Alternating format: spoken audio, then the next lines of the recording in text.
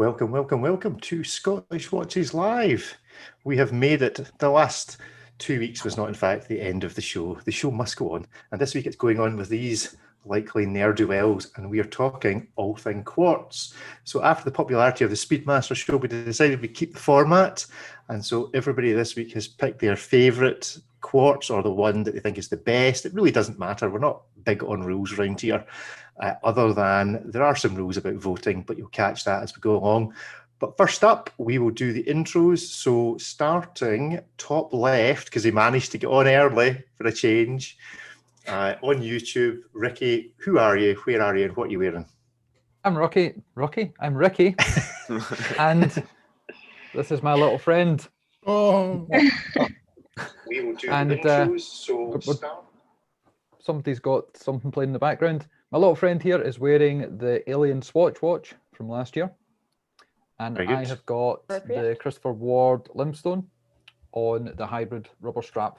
That's in for test and review because we've got the guy from Christopher Ward, Mike France, coming on to do a show next week. Cool. Next to my screen is Falgus. Hi guys. I have the Casio Oak, the red one. Yep, from Singapore here. Good. Gigi. Hello, Gigi from Milan at Time to Talk Watches on Instagram. And I'm wearing my, Timex Navi XL NASA edition quartz, since we're on the subject of quartz. Good, good. And Dave? Hello, I'm Dave, as you've just said. I'm great, and I'm wearing I can't even see it, Grand Seiko, load of numbers and letters randomly assorted. Good stuff, good stuff. And Arthur, joined by some friends. Where are you and what are you wearing? Yeah, hey, I'm Arthur. I'm Tick Tick Broom on Instagram, and I'm joined by my friends Stephen, Ben, Jack, and John. I forgot to put a watch back on because I was just giving my incredibly muddy dog a bath. So here we go. Very good. And then Sam. Hi, I'm Sam. I'm in Colorado, and today I'm wearing my new Snoopy Timex Q. Ooh, I can get on Instagram. Thanks. Good. And Derek. Hey, I'm Derek in Brooklyn, New York, and I'm wearing a Doxa Sub 300 today. Very good. And then Lucy. Hi, I'm Lucy. I am the Watchbox Diaries on Instagram, and today I have my vintage Amiga. Very good. And finally, now officially part of the Scottish Watches gang, he then no longer gets guest billing, is Nick from Fears Watch Company. Where are you, Nick? And what are you wearing? Hi there. Today I'm from Norwich, so not my office in Canterbury, but I'm popped up to the workshop. So I'm in this little tiny office upstairs. So excuse any bangs or anything in the back. Friday afternoon is when we whip the watchmakers. They haven't. So what I'm wearing is not what I was intending to wear. I was meant to be wearing my latest personal acquisition, which is a 1980s quartz cradle, but you can see it on one of these very beautiful, like shimmery bracelets, and the workshop cut it to size so it can fit my tiny wrist. But of course, the wonderful, unusual size Japanese screws that then reattach the clasp, we can't find. So they have to make screws from scratch. So imagine this on here, okay? Cool, good. And then in the chat this week is both Sophie and Dan, who are regulars. I'm just looking to see if anybody else regular in there just now, but feel free to ask questions in there and we'll politely ignore them. Anyway, let's get on with the show. We're going to warm up with 3 very quick hit miss maybes. And the first one is just going to be a general about the new Instagram layout. So who likes it and who thinks it's terrible? Shit. So there we go. There's our general. It's a hit. Oh, Gigi likes it. It just seems to be dedicated to selling you stuff now, which isn't a problem if you've actually got stuff to sell, I suppose. Then let's quickly do this. I'm going to intro this because Derek has actually made us an unboxing video. This is going to sound great on a podcast. On the grey Unimatic U2F. This is on Hodinkey's website. So we just want to encourage you to send in your own unboxings. Just email me the link Rick at scottishwatches.co.uk, and our new Scottish Watches unboxing channel will at the very least feature one of these Unimatics. Gigi, you're a fan of Unimatic as well? Yeah, I'm a big fan of Unimatic. I have 3 of their watches, and Dave is a big fan of Unimatic too. So let's warm up those hit miss maybe cards. What do we think of this pair? It's from Unimatic. I have to say I quite like them. It's an all-round hit. That's not bad. Oh no, Ricky's decided to be Ricky. There we go. And rhymes with hits though. It does rhyme with it. It does rhyme with it. And then by way it's a Scottish hit. Yeah, by way of just trailing an episode which has just gone out today, we also have, and this is from James Porter and Sons website. This is the new Doxa sub 200 C graph, which you should be able to see on here being talked about on the latest episode online. Again, quite a few Doxa fans in the room. What does everybody think about this C graph? This is basically the smallest iteration of Doxa, but with a chronograph. Anybody buying one? Is it a hit? Why? A miss from? I like it. You like it? It's a bit of an average. It's a miss. Just considering the standard non-chrono is amazing. That just doesn't work. I think it's just overdoing it a bit. It's just there's no need for it.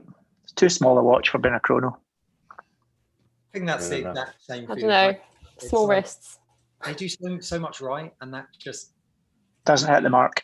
Yeah, doesn't need to exist. Rick, show them the silver one because it actually looks decent.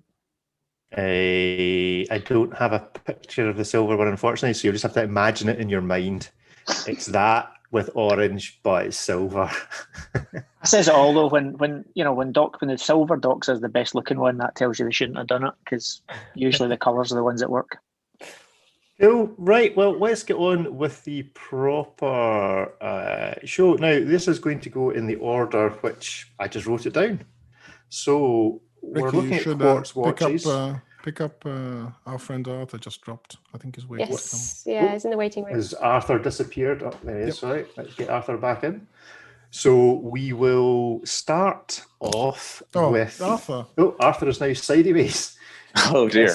Okay. Out, Arthur. There we go. There we go. Thank you. First up then, I'm going to throw open to tell us why this is a Quartz watch to be looked at, and it's going to be Derek speaking to us about the Farrer chronograph split-second chrono. Yes, so I didn't do this format the first time, so I just have to just briefly introduce it. Just briefly introduce why this Farrer watch is worthy of everybody's votes today. As far as Quartz watches go, I just think it's really interesting because I don't recall ever seeing a Quartz split-second flyback chronograph before. And it's weird because it's an EDM movement, so it seems like you would see those all over the place, especially at the very least all over Kickstarter. But I haven't seen any other one, so I just think it's a unique, interesting thing. I have one right here actually. If anybody can see hold that. Up, I'll stop the share. Let's hold it up. I can't see my own camera anymore. And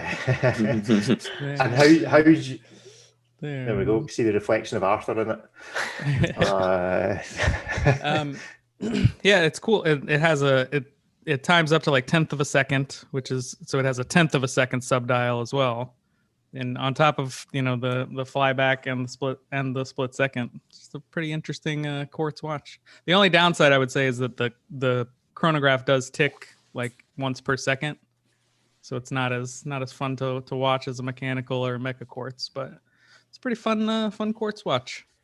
And it's not expensive considering what it is. £535, according to this Farrer, a British company who have been making waves. They're getting themselves fairly well established. I don't know much about them other than you are starting to hear them spoken about. And certainly when this watch came out, it made a bit of a splash, as you rightly say, because this is a movement that exists that nobody else appears to be using in this fashion. And since I'll probably never be able to afford a mechanical split second chronograph, flyback chronograph. So this is as good as it's going to get for me. It is a pretty watch. So anyone got any experience of Farah, other watches that they make? And that's how you pronounce it, definitely. I would say so, Farah. Yeah. Think of it like the sunglasses, the Wayfarer. Yeah. Fall Guy's ex-wife. I know the guys behind Farah very well, actually, and I have to say this one is one of my personal favorites. And one of the details I love about it is a detail no one will ever get that excited about. It's the matching date wheel. The fact that the color is identical to the dial. The fact that this is actually this is a Swiss-made watch. This isn't like a Kickstarter thing. So I when they first showed it to me, the first thing I saw was that date, and I get excited about it because I know just how expensive that one detail will be for a detail that on a watch of that price point, very few people are going to. You could comment if it didn't have it, but really, it's the little details. They're really good at the details. Anyway, there you go. And I hope if they're listening, I'll get my check in the post. So. But we have to get 20%, so send it to us and we'll pass it on. Right. So did you know that we've actually got Nick on an undercover mission at the moment? Did I tell you about this? No. What's he doing? I'm not. But we can't tell you live on the air. Is he the first guest to become a spy rather than come on the show as a spy? Who knows? He's going on the training course. Yep. Okay. It's busy. Busy for us. Well, thanks for telling us that half thing. Yeah. I'll tell you later what's happening. That was really Did I tell you about this thing that I can't actually tell you? That's what watch podcast people do all the time. Oh, there's this new watch coming out, but we can't tell you about it just yet. Oh, brilliant. If they do tell you, they have to kill you afterwards. Yeah. So that seems reasonable. Let's give the father a vote then. So you know how this works. You can vote 1 to 8, but you're only allowed to use each score once. So once you've given it a score, you're not allowed to use that scorecard again. So there's a bit of strategy involved. There's no strategy. What you need to do is actually vote for the people you like. Last time. Vote for the people you like and give them 8s. That's how this works. Becoming a popularity contest. And do I not vote on my own? You do not get to vote on your own. Okay. So it's not Donald Trump rules. Yeah. So on Derek's, can we have the first vote, please, from Sam? What are you giving it, Sam? Right. Giving it a 4. 4, hedging our bets because of what's coming next. Arthur? Also a 4 for me. No. Lucy? Oh, I'm going to go 3. It's a good watch, but there's more to come. Yeah. Ricky? A 4. Dave? Because everyone else is miserable, we can have a 5. It's a call, actually. Philogius? Sorry, it's a 1. It's a 1 from Philogius. Oh, he doesn't like it very much. I just don't like the date. I mean, at 4 and then the push at 10 o'clock. I mean, these are just things that get me. So that's what it's all about. Gigi, what are you voting? Gigi's giving it a 2. It's a 5. No, is that it's a 5? 5. It's back to front on my screen. Is it back to front? And then and then Nick, what are you giving it? Nick is frozen. Nick appears. Oh, frozen. He just loves it so much. He's staring. Nick, what are you giving it? I'm back. You're back. Yes, we can hear you. You're back. I'm giving it a 7. Ooh, that's an interesting font you've got there, Nick. Oh yes, yes. Yeah, this is the new Fears Edwin numerals. So nice. My own typeface. Subversive marketing there. Corporation. This is my own. Just his handwriting. Everybody else needs to up their game next week and come with their own font. Right. Okay. Fish out that calligraphy set from when I was like 10. Yeah. Next up, then we're going to throw it over to Sam, and I think this is the watch she chose. I'm hoping it is, or it's just a variant of it. So Sam, here we go. If this isn't the watch you chose, you've got to riff for 60 seconds on this one. So this is the Timex, and I'm hoping it might be this particular version. No. No. But that's a great one. But I will just start in talking about just Timex in general, okay? Okay. So yeah, so I picked a Timex, the Weekender in particular. So I think this is a really great watch when you see it. It comes in a bunch of different dials. I had the blue dial one. I bought this back in high school.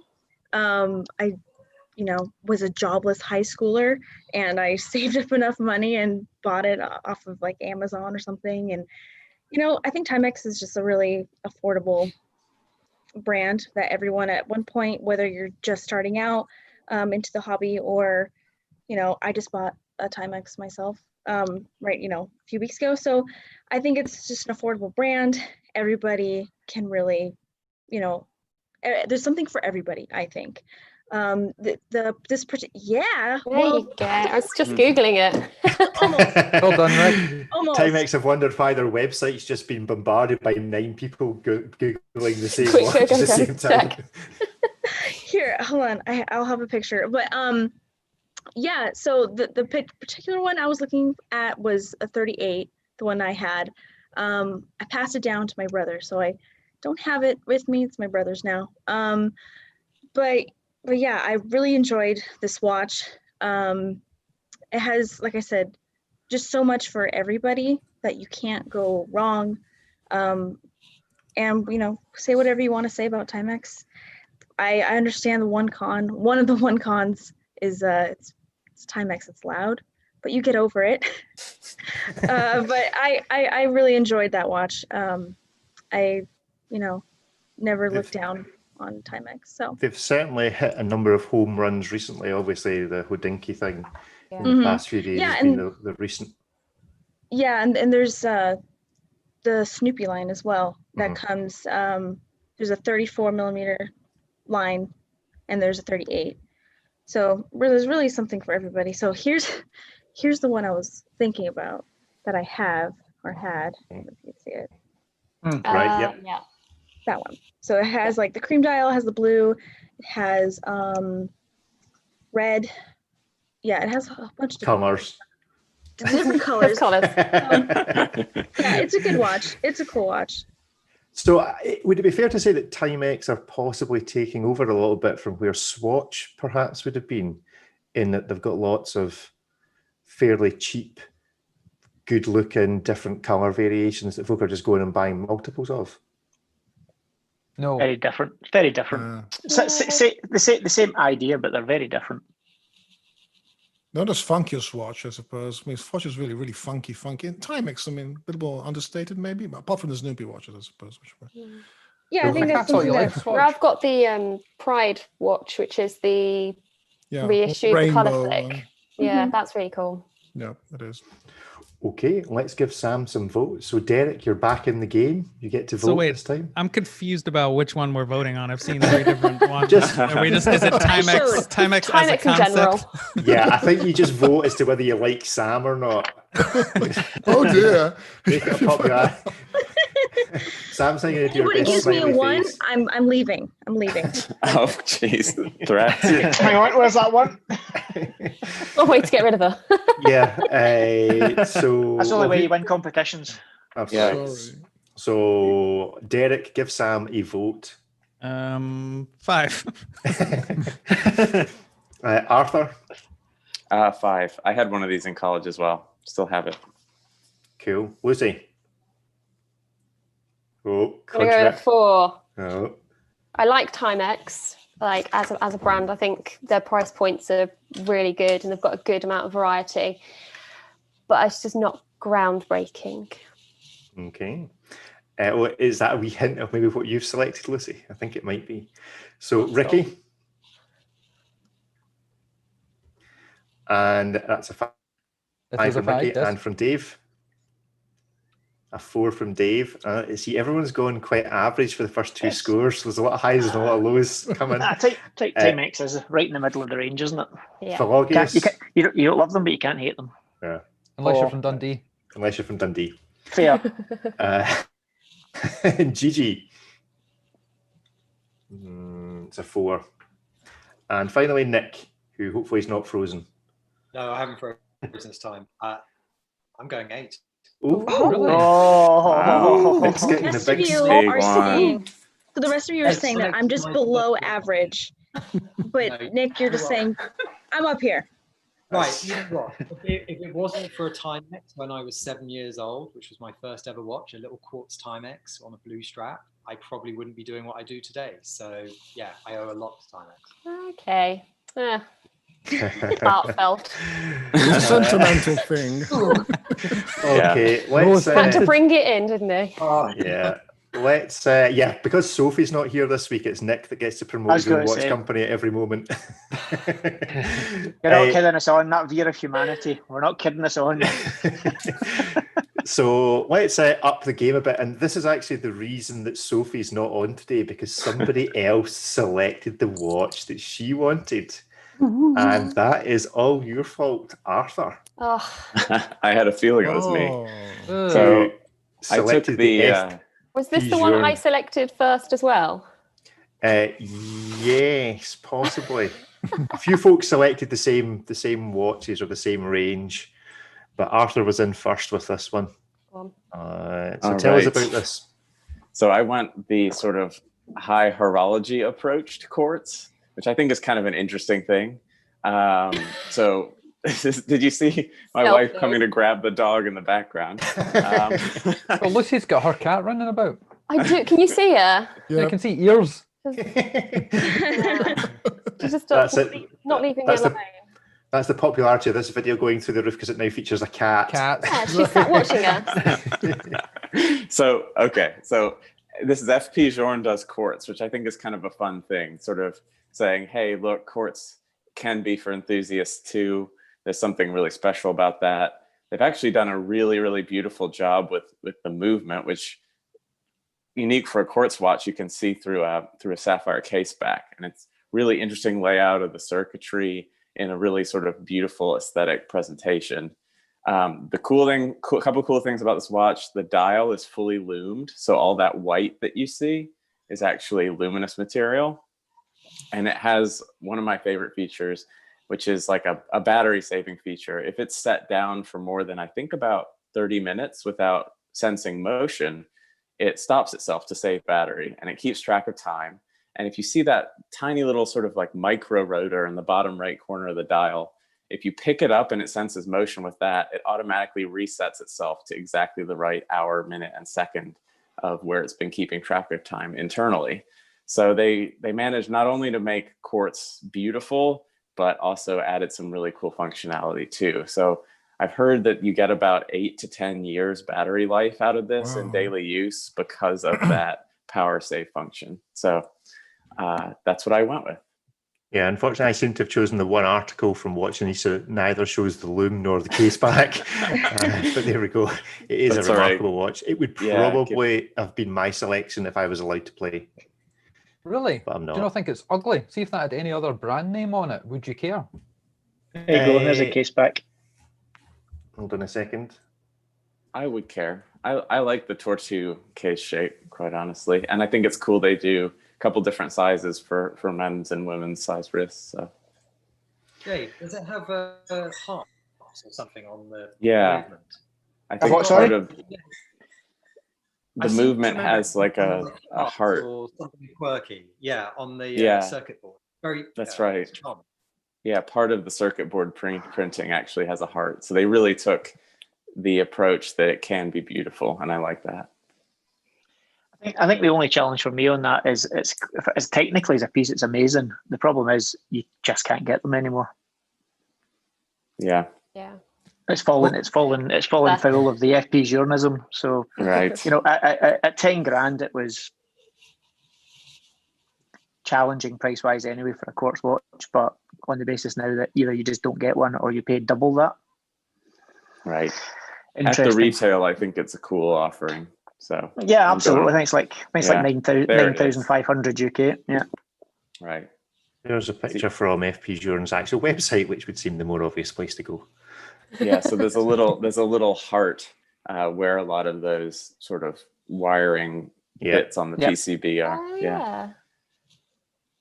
That's cool. I think it might be a bit of a scorer, this one. So let's hear it for Arthur's choice. And let's start with Derek. I'm going to give that one a 7. 7 for Arthur. Yeah, Starting well. Really Okay, nice looking Sam. Quartz watch. I'm going 6. Okay. Solid. And Lucy. Bear in mind that you wanted this watch. 7. We're going to go with 7. Okay. Sophie gives you a 1, by the way.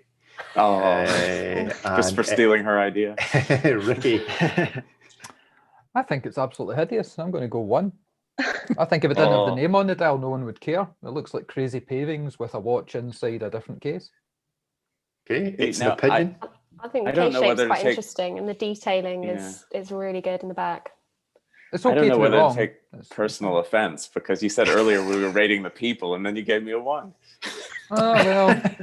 Oh, dear. Maybe Yoda loves it. So Okay, but at least he he's doesn't my get a friend. vote. Oh. So, Dave, what are you giving it?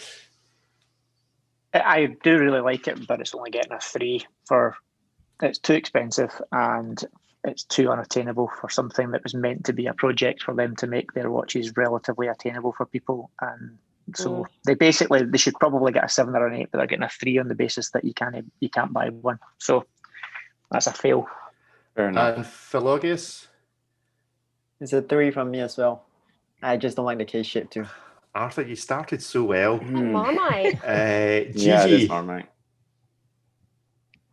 3 for me as well. Kind of agree with Dave on this one. Oh yeah. Don't get me wrong. If someone offered me one at retail, I'd buy it all day long. No, not at all. I would, but you can't give something a lot of points that you just can't get. And Nick. It's a 4 from me. I don't really like the cut 4 on the dial, seeing as they do the numerals so nice on like Chronometer. Are you showing off your this is basically another conversation about your typeset, isn't it? Pretty much. Nicola, I am writing an article tonight saying Nick from Fears Watch Company says his letter set's better than F.P Journe. That's a headliner right there. They're both nice. They're both nice. It's different. Get off that fence, Arthur. Come on, man. If you sit on that fence any longer, you'll get scalps in your arse. No, I actually do think I like Nick's font better, to be honest. There we go. That's better. Take it. Ownership. Good stuff.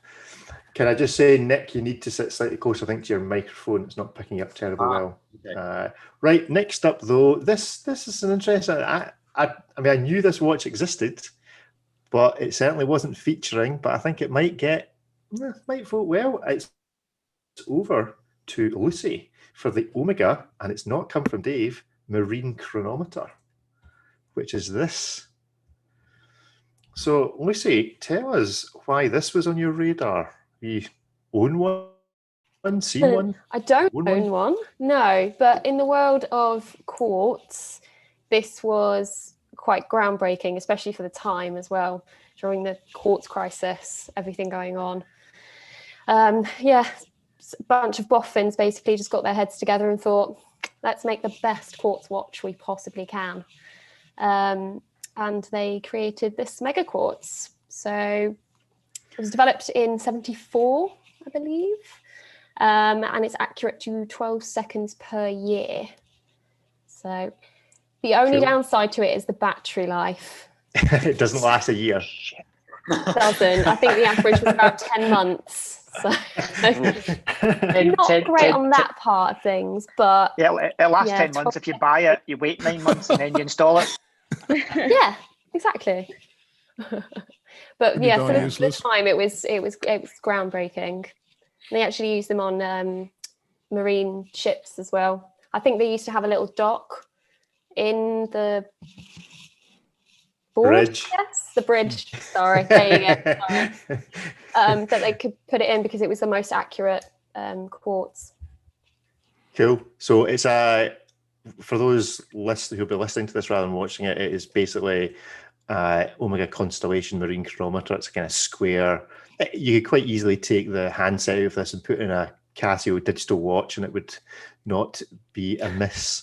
Dave, have you got experience of these, being the Omega Dolphin? They are. Do you own one? Yes, I do. They are really nice, and the bracelet is brilliant. Is it a sprung bracelet? It looks like it just fit round quite well. It's how would I describe it? It's effective. It's just like a linkage bracelet. It's not particularly fancy, but it's just got a great integrated shape to it, and it's got a really nice kind of sweep down into a relatively narrow point from the case edge. It's very 70s, put it that way, but it's aged well, unlike a lot of other things from the 70s. Looks a lot like the Apple inspired itself for one of the bracelets have those kind of links. Exactly the same. It was very the most expensive bracelet Apple makes for the Apple Watch. Yeah, it's quite a revolutionary piece, that piece of watch. It's a great piece. Yeah. It's a bit like the Belova though. Batteries don't last very well.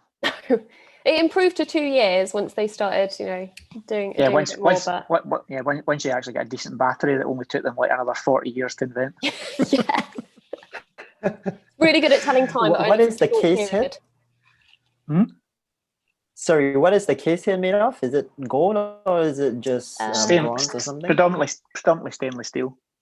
Okay. I think the case. It looks like a different color in the picture the that bezel was shown. and the serial number plaque. So is that the serial number? That little bit at 6 o'clock? Yeah, I was going to ask that. Yeah. Does anybody know why they put it so prominently right in the front? So you could see it. I thought maybe that's the reason. Yeah, Lucy telling it like it is. That's the insight that people come to this show for. I was going to say that's fractionally better than the reason, because. Why did the chicken cross the road? Because the road was there. Like it. Why not? It's good stuff. No, I've never seen one in flesh, but I wouldn't mind seeing what that looks like. Is it a hair puller, Dave? That bracelet? Is it like the Timex? No. On the basis I've got very little hair on my wrist, I couldn't tell you. Well, that's enough detail of that. I've evolved more than some. That's all I'm saying. Okay, so let's vote on Lucy's choice, the Marine Chronometer from Omega. First up, Derek. That's an 8 for me. I like those a lot. Good lad. Are we teaming up here? Dave and Lucy have teamed up because we've both picked Omegas. Shocked and stunned that we are. Next up, Sam. Okay. What are you saying to Lucy? I give it a 2. I'm sorry. Oh. All right. Not my thing. I love you. And Arthur. I'm also a 2. I don't like watches that have to tell me what it is with big words on the dial. It's a strategy, I suppose. Says the man from the country that the rear view, the wing mirrors in cars say the things in this object are behind you. Yes. I didn't say I enjoyed that either. Thank you very much. You're going to love Ricky's choice. Ricky, what are you scoring it? Unfortunately, I've already used my number 1, so I'm giving it a 2. Oh. I think it just looks like a cheap quartz watch you would get back in the 90s or the 80s for £1 at the local shop. Ricky's been mean today. I know. Brutal. But it's revolutionary. No, that was the Bull of Accutron 10 years before. That looked good as well. Right, Dave, are you sticking with the Omega? I'm giving it a 7. Good stuff. And Felonius? Thank you, Dave. Sorry, it's a 2 as well. Giving it a 2. 2 from Singapore. It's a very mixed bag there. I thought it might be. Sorry, nothing personal, but is that it's a 1. A 1. A 1. It just, I think it's maybe revolutionary, but it just looks so bad. The man who is up next and who is taking his jacket off because it's now getting serious is Nick. Give us a vote on Lucy. It's a 6 from me. Oh, okay. There's some interesting skills. Divisive watch, huh? The thing is, when it's on the wrist, I've tried them on. It's big, it's chunky, it's bold, it's 70s. It's so far off the scale. It's really cool. Like it's just, it's amazing. But then I've tried a couple on, and I really like it. And I also don't like it, but I really like it. Yeah, one of those, definitely. Yeah. Good stuff. Right. Well, you are up next, Mr. Bowman Scargill. So let's share. I suppose it'll be a similar generation, I suspect. And you have picked, I think it is, actually. you have picked this, the Rolex 5100, the Oyster Quartz. Ooh. Now, Nick, we're losing your sound, so if you need to go closer to the microphone and repeat yourself, if you can, please. Okay, so this is the Rolex nicknamed the Texan. It's not actually an Oyster Quartz. It's not waterproof at all. This is Rolex's first attempt at a quartz watch. They maybe made 1,000, possibly 2,000.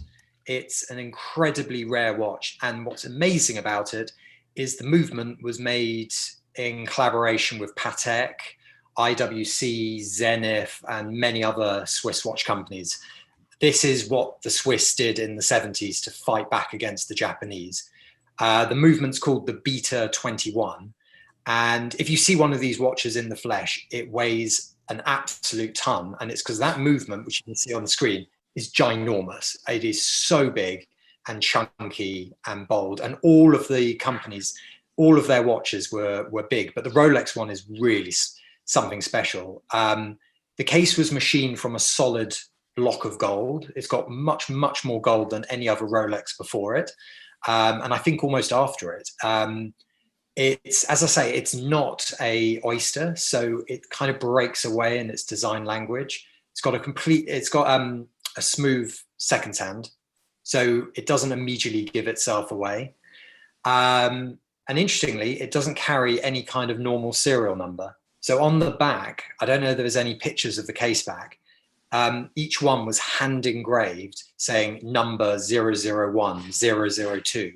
And that's the only numbering on it. So it's not a proper serial number. It's effectively a limited edition number. And yeah, it's very, very cool. Very cool. How much do they go for? No, always about the money. So when they first made them, they were only offered to a few select VIP clients. I don't actually know what its price was.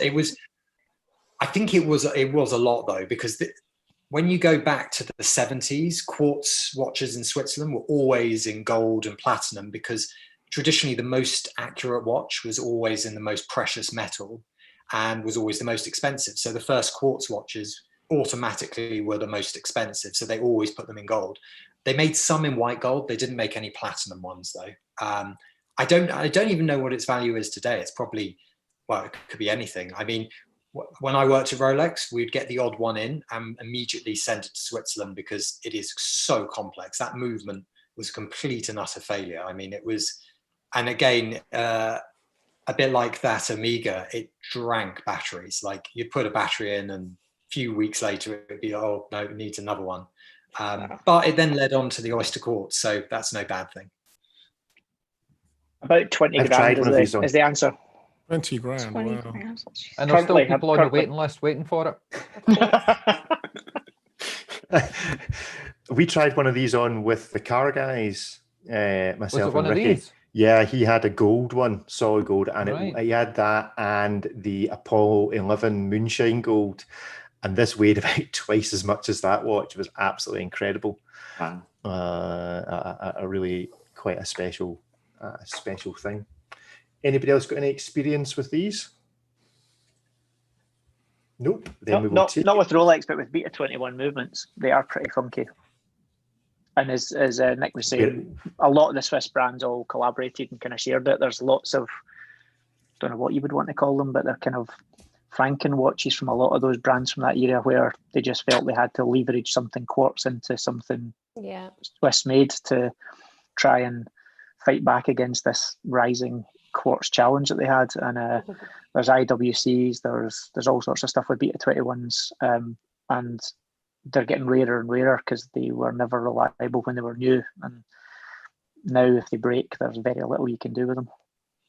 But also because they made them all in such low volume, the way they manufactured the case wasn't how you normally make a precious metal case. So they have way, way more gold in them than any other normal watch. And so as a result, when the movement died, you suddenly found that take the movement out and you can scrap it for a fortune. Yep. I mean, yeah. It had Patek or Rolex on the dial. Most of the other ones, they just got scrapped very quickly. Yeah, and even today, probably you'll find the value in them as a combination of rarity and the actual weight of the metal. Yeah. Yeah, they're very heavy. So let's give Nick a vote. Derek, what are you saying to this Rolex? I got a 3 for that one. It's cool, but just doesn't really hit for me. And I didn't plan my votes very well. I'm running out of numbers. Sam. Give it a 3 too. I like it, but it's crazy. 20,000. I'm sorry. Saving up her big scores. Saving them up. Arthur. I'm gonna stop being stingy and give it a 7. I think it's cool. Very good. And Lucy? A 5 from Lucy. 5. Yeah. Lucy's got some low scores still to give. I do. Could be yours, Ricky. Probably Ricky. I'm going to give it an 8 because I actually quite like the look of it. They are lovely. They are absolutely stunning in the flesh, no doubt about that. Dave. I can get a 6 because it's cool, but it's not getting any more because it's a Rolex. Overpriced and Logius. And it's a Rolex. And it's a Rolex. It's a 7 from me. Scoring well this, and Gigi is giving it an 8. Oh, I think this may be I think it's our leader in the winner clubhouse at the moment so far. So next up, this will I'll be interesting to see how this scores. But next up is going to be Ricky. So Ricky, take us away and talk to us about not this watch. Hold on till I queue up properly. Take us away and talk to us about the Breitling Emergency. I thought you were going to try and screw me over by putting me last, so I would lose again. But I'm going to lose anyway. You know, I don't need to do that. I'm being you're playing the proper way. But no, I think if you're going to pick a crazy quartz watch, then you can't really get much more crazy than this. Where if you're a bit drunk, you're at a party with Dave after Red Bar, and somebody dares you to take the side capsule open and pull out the string, you're going to have a very expensive bill because you're going to have a helicopter arriving on the roof and coming to take you away. But there's lots of different versions of this. I think they take a certain amount of money from you when you buy it. They sort of hold it in escrow just in case you are stupid. But if you're up a mountain and there's no St. Bernard's dog nearby, this is a watch you want because this is the watch that will hopefully save your life. To say, I think these are absolutely both cracking and crackers in terms of watches. I love them. Yep. Go on, Dave. So the older ones are nicer aesthetically. The newer ones are a bit. I don't know what's going on with them so much now. I think it's a bit like the Bell and Ross problem with the do not unscrew this screw on the back. It makes you want to do it. It just makes you want to do it. Maybe I'm just that personality type. Exactly. It's just too tempting. It's just too tempting. I mean, they're great watches. I love them. Does anybody own one or own something similar? Dan, who Ricky replaced, who's in the chat, had chosen the Navitimer Aerospace. So I suppose the whole range of Breitling super quartz stuff is really what's been voted on here. Anyone got experience of that? The only experience I've got is an episode of Top Gear where they actually open one. They leave Richard Hammond on top of a mountain with the Breitling, and he opens it and Jeremy Clarkson and James May going to have to save him. Of course, they took their time doing that. The battery ran out of the watch before they got the watch. I think that the emergency signal is sent for a certain amount of time because then the batteries go dead. So either the chopper comes and picks you up really quickly, or it's not going to be much use. So, the best thing about it as well, GG, is if you activate it and the chopper doesn't come to get you, nobody knows you activated it. Yeah. So they don't get a bad rep. And you'll die under the snow. Yep. That's what's going to happen. You die Either without it's a great the bill. success story or you're dead. You never hear the bad stories. Yeah, it's a That'll be two-way why. thing. Yes. Is that a mother of pearl dial option? Yeah. Sorry, what was that, Nick? Is that a mother of pearl dial on one of the photos? Yes, I think it is. It is, what? Because what That's you such a really need weird to thing. assist in being saved is not only a Breitling emergency, but one that has a mother of pearl dial. God. This is the blue with what would appear to be mother of pearl. And this is why it's getting a 0. Oh, right, okay. There we go. Okay, let's vote Ricky. It doesn't sound like you've chosen wisely, Ricky, but you get my vote. You always get my vote, son. Thanks, Dad. Love you. Right, let's vote for Ricky. Derek first up. 4. I think those are 4. pretty cool. If not in looks, at least in concept. I should say we are playing a promotion and relegation. So the reason that Ralph's not here is that the last time we played this, he finished last. So he doesn't get to appear in the next show. So there is a bit of jeopardy here. So Sam for the Breitling. I'm a nice crisp 1. Sorry. Arthur. The fact that there's a mother of pearl dial option gives away that no one's really using this for what it's designed for. And 1, it's a Breitling, and 2, Dan is watching, so it's a 1. Yeah. Okay, Dan, if you're in the chat and you want to try and gather some, support for it, go ahead. Dan Lucy? is outraged. You will be. You will be. Excellent. Lucy's, it's another 1. Dear. It's hideous. Are you looking at your own pick or mine? I think Ricky's actually crying. Dave, what are you voting for Ricky? For all the same reasons that you've got to have one, give Dan a hard time. It's getting a 1. And it's also because I'd give Ricky 1. Okay. But it doesn't touch the sides, Dave. It's the plan, mate. And Philogius, save us. It's a 5, but this is the lowest I've got, so. That's our Breitling sponsorship over. Yeah. We just need to give that to Adrian. That's his domain now. And Gigi. I can't see what that is. It's a 2. Ooh. Yeah, sorry. The 2. And Nick. Nothing personal. Nick has his 1. I should warn. Oh no, yes, 5. There we go. That's good. Yeah, it's a Nick tie. hasn't been paid. I haven't got anything higher. Okay, right. Let's move swiftly on because I know Nick is under some time pressure as well. So next up is going to be Dave, and Dave is bringing us something else from Omega. He is bringing us this. I believe this is the correct Seamaster. This is the Quartz Brosnan, which I think was your choice, which I think was your first entry into luxury watches. There you go. Have you got it on? Is it the same? Yeah, no, I've not got it. The same? It's not on. Yep. Yeah, that looks the same. There we go. But it'd be a shame for you to find out now that it was a fake after all these years. Yeah, it would be. Why this? I think personally, I think it's one of my favourites because it's the watch one of the best watch, or one of the proper Swiss watches I've owned the longest. I think it's obviously got the Bond story about it, but it's not actually a Bond watch because this was before they were selling things branded as Bond watches. So it's the first Bond watch, but it's not actually a Bond watch. And this thing has been absolutely bomb-proof. This has been through the best and the worst that you can put a watch through. And other than 3 batteries, I think, in its life, that's all it's ever had. It's old enough now that the original battery that was made for it, they no longer make. So you have to actually get a little adapter from Omega to make the battery fit. And it is what it is. It's simple. It was relatively inexpensive, and you can still pick them up for a couple of grand if you can find one out there, apart from the red box, which will have disintegrated on itself. And that's it. There you go. So just remember, keep all your 8s. Okay, so let's vote for it. Let's shift it along.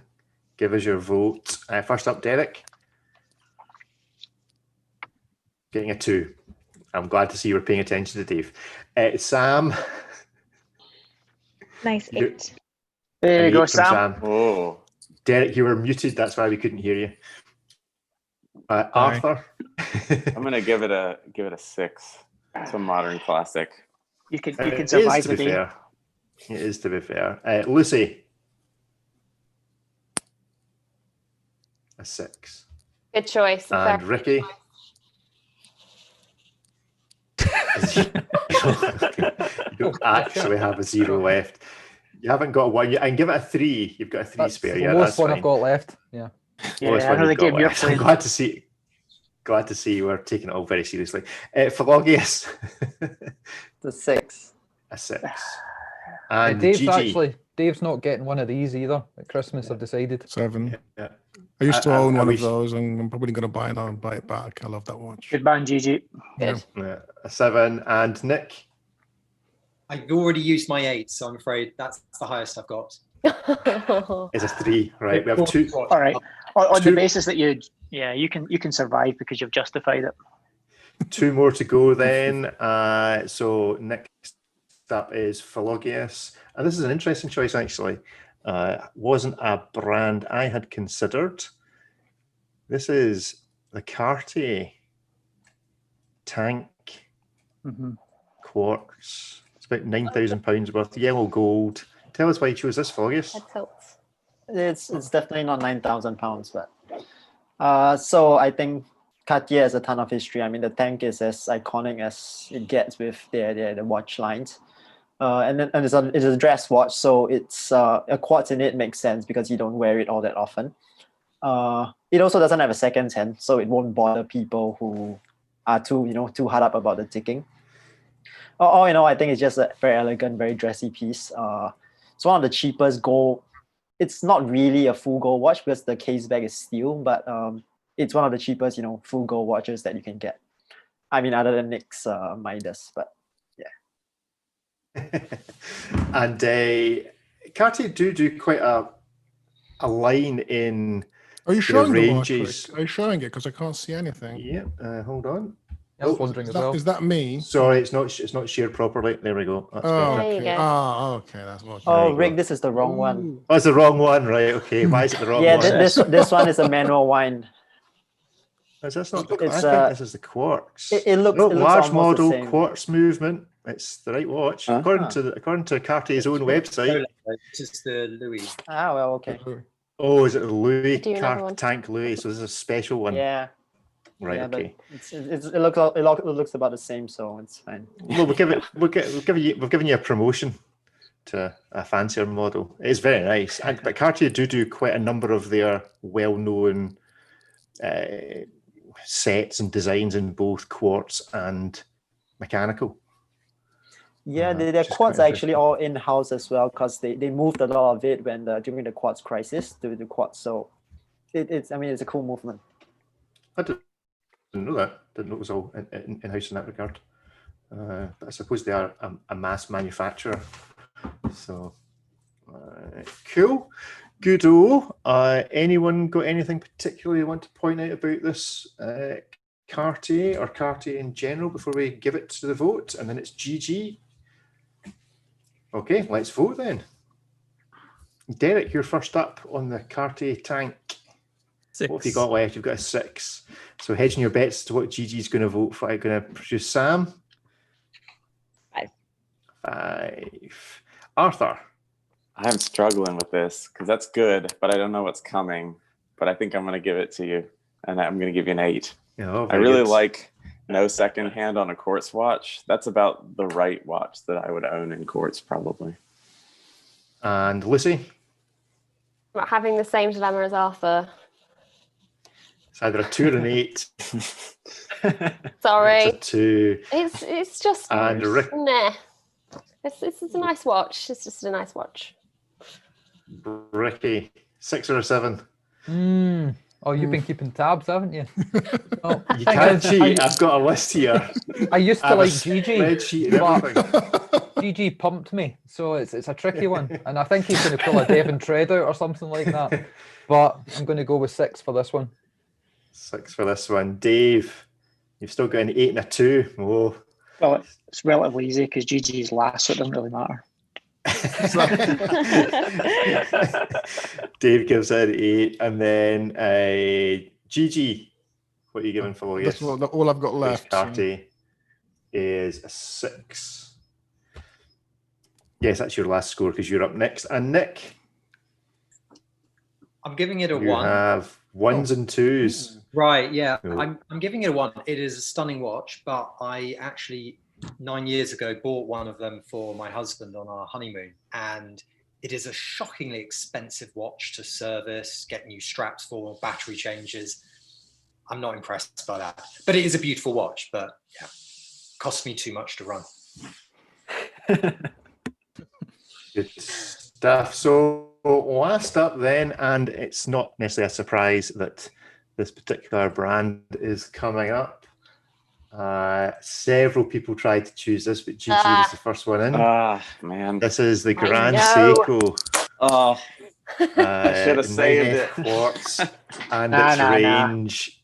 So Gigi, tell us all about this. A G-Shock from Gigi. Okay. Well, I went for the Grand Seiko GMT. SBGN 005. It's one of a family of 3 different watches. I actually own one of these. I didn't choose it because I own it, because I think it's a really quintessentially Japanese way of making a watch. So Japanese, they invented quartz, and then they said, okay, how can we make quartz absolutely perfect? And they made this 9F movement, which is, it's a technological marvel. It's built to incredibly tight tolerances. They actually grow their own quartzes and pick the best ones to make the more precise movement, which is accurate to the one you're showing now is the special edition with a star in it to a couple of seconds a year. And the one I own is I think 10 seconds a year, which is absolutely crazy. I think that is actually just the maximum deviation. I've had mine for 1.5 years now, and it's still bang on. It hasn't lost 1 second, which is it's like an atomic clock basically on your wrist. So it's incredibly precise. And I also think it's one of the better looking Grand Seikos, because Grand Seikos are always very divisive. It's kind of, you either, like them or hate them. Or I think this is a kind of in between. It's a bit of a rip-off of the Explorer on the bezel. It's exactly the same as the Explorer, but the Rolex Explorer. I think the rest of the watch is pretty original. The case is original. The dial's original. The hands are fantastic. And so that's why I like the watch. Japanese precision and finishing is just top. It's a Grand Seiko. And it's an affordable Grand Seiko. It's something you can afford. It's only around 3K new. So if I remember correctly, around that price. And you get all the Grand Seiko finishing with top-notch movement, quartz movement, and it has to be seen to be believed. Good stuff. So I actually know what you've all scored because I've worked it out. So, but we'll let you for the sake of cards. I want to see them. Yeah. I want to see them. Get them out. So that's how bad it got last time. He's now having to keep scores because people can't be trusted. You see, you're now learning. So Derek, you gave GG. Sorry, GG. I planned poorly. Sam. 7. I would have given an 8 though. Sam, I love you. Messed me up. Good stuff. Arthur. I love the way these wear, and I unfortunately only have a 3 left. I'm sorry, it deserves better. Okay. Oh dear. And Lucy, top billing. Yes. Yeah. Yes, definitely. They're fantastic watches. A friend's got one, and I want to steal it constantly. So good. Ricky, you should have a 7. 7. Sorry, Rick. Thanks for the 7. And Dave. This is more judgmental on myself because I've actually got that watch, which basically tells me that I'm terrible at choosing watches. The coolest thing about that watch is the limited edition one. There's a little Easter egg on the dial, which is at 5 o'clock. Yeah. There's a 9. It's GS, isn't it? It's got a 9F instead of GS, just in the mix. It's really cool. You have the limited edition one. The yellow one, yeah. Yeah, the yellow one. The that one it's not Adrian's, is it? Did you buy it off Adrian? No. Where does like Adrian got the idea? Okay. Philologius. Yeah, it's one that I would have chosen myself. So I've been saving this for that to come out. All right, okay. I see some planning. Probably just gives it an 8. And then Nick, you should have a 2 left. Let's hope so. It's a 2. It would be an 8, but I've already used that. That. So at least it's a really nice looking 2. Yeah. Good stuff. So excellent. Nick, if you need to rush off with your train, I know you were time pressured, then thank you very much for joining us, and we'll see you again soon, but feel free to stick around if you feel like just getting the next train. Couple of minutes. A couple more minutes. Good stuff. Yeah. So, well, you should stay around because I'm pleased to announce that our winner this week, last time it was a draw, but there is actually a clear winner, and it is Mr. Bowman Scargo on 47 points with his Rolex. In second place was Phil Augius with his Cartier, then Dave, and then Sam. Timex did very well, followed by Gigi on 38 points, and then Arthur on 34, Derek on 33, Lucy on 30, and Ricky on 20. really didn't like that Breitling. I'll win next week when we're all dressed up. Oh yeah, we do. Oh dear. Yes, Thank you, Ricky, for having a worse watch choice than me. My pleasure. So it's Halloween episode next week. So have you got the mask ready? I have got a mask, yes. Although you can all choose one now on Zoom. You've all got these settings now. That you it's can not use. Quite as good. Not quite as good. So there we go. So thank you very much for joining us. We have loads coming up on the show. Another episode out tomorrow. This will appear on Scottish Watches Live Lugs edition of the podcast later on next week. Arthur and Dan are on Sunday. What are you doing this week? We're doing the watches that never were for us, like stuff we admire from afar, but there's always something that keeps us from buying them. I feel like everybody's kind of got a couple of those. So we're going to talk about that. Good stuff. And we will, if you want to suggest as to what we should be looking at next Friday, then send in a suggestion, or we'll just copy what Arthur and Dan do. Scary watches. Scary watches. Next week, scary watches. That's it. Ricky's got his choice. Get your suggestion. Yeah, Ricky's got plenty to choose from. Say goodbye, Baby Yoda. So thank you very much for joining us. Search all things Scottish watches and all the rest of it. So as we like to say, it's goodbye from me and it's goodbye from all of them. Bye-bye. Hey, Bye-bye.